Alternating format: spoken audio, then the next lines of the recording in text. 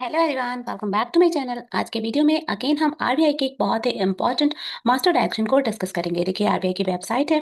आप जैसे ही नोटिफिकेशन पे क्लिक करेंगे तो नोटिफिकेशन के बाद आपको notification, master direction, master circulars मिल जाएंगे। आज का जो हमारा मास्टर डायरेक्शन होगा वो एक बहुत ही इंपॉर्टेंट मास्टर डायरेक्शन होगा, जिसको कि हम काफी डिटेल में डिस्कस करेंगे। बेसिकली होता क्या है ना कि मास्टर डायरेक्शन हम देख तो लेते हैं, लेकिन देखने के बाद क्या होता है कि हम उस मास्टर डायरेक्शन को लंबे समय तक याद नहीं कर पाते। अब देखिए, ये मास्टर डायरेक्शन है जो कि हमारा बहुत ही इंपॉर्टेंट डायरेक्शन है और बहुत सारे पैरामीटर्स को कवर कर रहा है। इस डायरेक्शन को अगर हम ओपन करके देखते हैं तो इस तरीके से आप देखेंगे, डायरेक्शन 1 से लेकर 16 पेजेस तक इस तरीके से आरबीआई ने इशू किया है। अब प्रॉब्लम क्या आती है कि इन डायरेक्शन को किस तरीके से हम पढ़े, कैसे समझे और कैसे याद रखें, ताकि हमारे कॉम्पिटेटिव एग्जाम्स में ये डायरेक्शन हमारे लिए यूजफुल तरीके से हमको माइंड में हमारे बैठ जाए। तो चलिए, बिना लेट किए हुए मैं आपको फटाफट से अपनी कीज दिखाती हूँ, जो कि एक्चुअल में इंपॉर्टेंट है, एक्चुअल में यूजफुल है, जिसको आप अगर कंटिन्यूअसली जस्ट एक बार गो थ्रू होकर रिवाइज ही करते रहेंगे तो ये टोटल 16 पेज का मास्टर डायरेक्शन आपको शॉर्ट में ही याद रहेगा। तो चलिए, फटाफट से बिना लेट किए हुए अपने कीज पे चलते हैं और इस मास्टर डायरेक्शन को समझने की कोशिश करते हैं। ये देखिए, ये मास्टर डायरेक्शन जो अभी हमने देखा था उसी का मैंने की बना के रखा हुआ है। की मतलब मैंने उसको जस्ट मेन सेक्शंस, की पॉइंट्स जो कि उस पर्टिकुलर डायरेक्शन में हमको याद रखने की है, साथ ही साथ मनी ट्रिगर्स हमको कंसिडर करने हैं, जो भी चीजें, उस सारी चीजों को मैंने इंक्लूड किया है। तो बिना लेट के हुए चलिए हम देखते हैं। सबसे पहली चीज क्या है, एप्लीकेबिलिटी एंड स्टार्ट। मतलब जो ये हमारा मास्टर डायरेक्शन है जो अभी हमने देखा, वो किस पे अप्लाई होगा। It is EXIM, NABARD, SIDBI, NHB, NA, BFI effective immediately.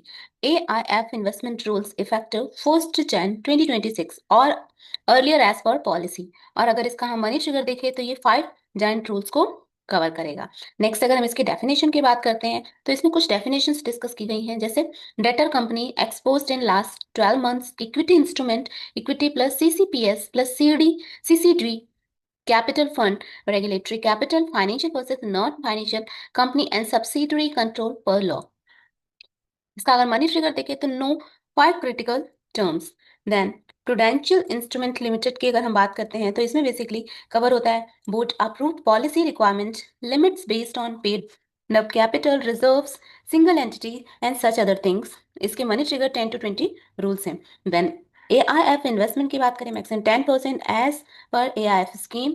It is also 10, 20, 5 and 100 formula पे वर्क करेगा, that is category 3 formula. Then subsidiary guidelines, arm length dealing, broad risk review mandatory, then no sub plus no control grabbing plus no unsecured loans। then overseas IFSC की बात करें, allowed only if host regulate plus board approve minus MTM valuation plus risk system। then the main thing is that comply host and home both। then repeal and transactions की बात करें तो old rule repealed।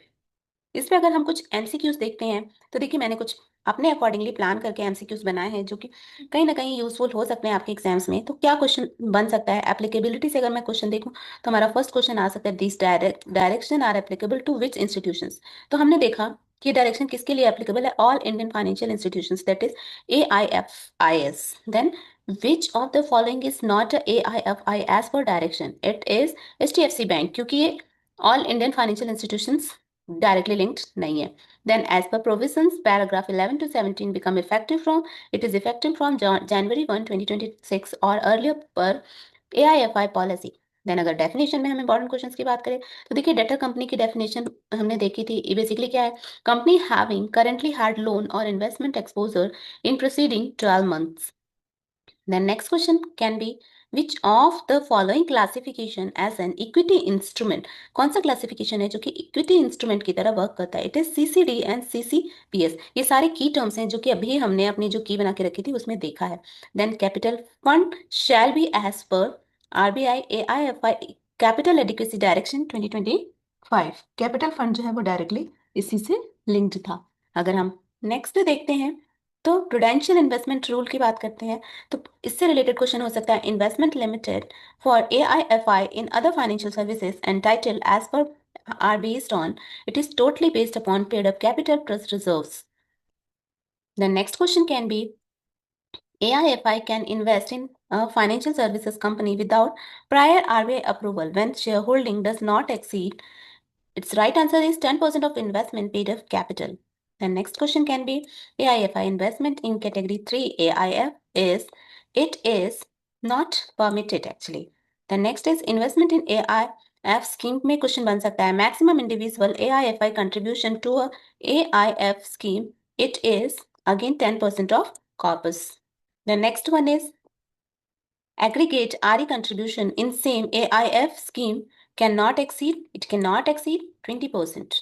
The next question can be if AIFI contribution is less than 5% in the scheme, that investment downstream in its debtor company, AIFI must make 100% provision regarding that.